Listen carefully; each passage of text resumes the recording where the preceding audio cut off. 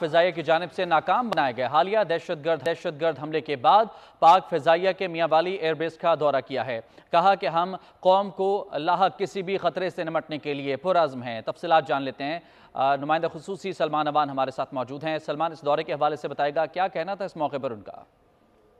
جی بالکل، air chief نے دشمنان وطن کو جہنم واصل کر کے دراندازی کی جو بہیمانہ کوشش کی گئی تھی اس کو ناکام بنانے پر پاکستان ایئر فورس کے اہلکاروں کی غیر متزلزل پیشہ ورانہ مہارت اور بہادری کو سراہا، اور ان کا کہنا تھا کہ وطن پر جان نچھاور کر کے ان کرنے کا جو عزم ہے پاکستان ایئر فورس کے اہلکاروں کا، اس کو وہ سراہتے ہیں۔ اور اس کے ساتھ ہی انہوں نے زور دیا اس بات پر کہ مستقبل میں بھی اگر ایسی کوئی کوشش ہوتی ہے، دراندازی کی کوشش کی جاتی ہے، کیونکہ جو موجودہ صورتحال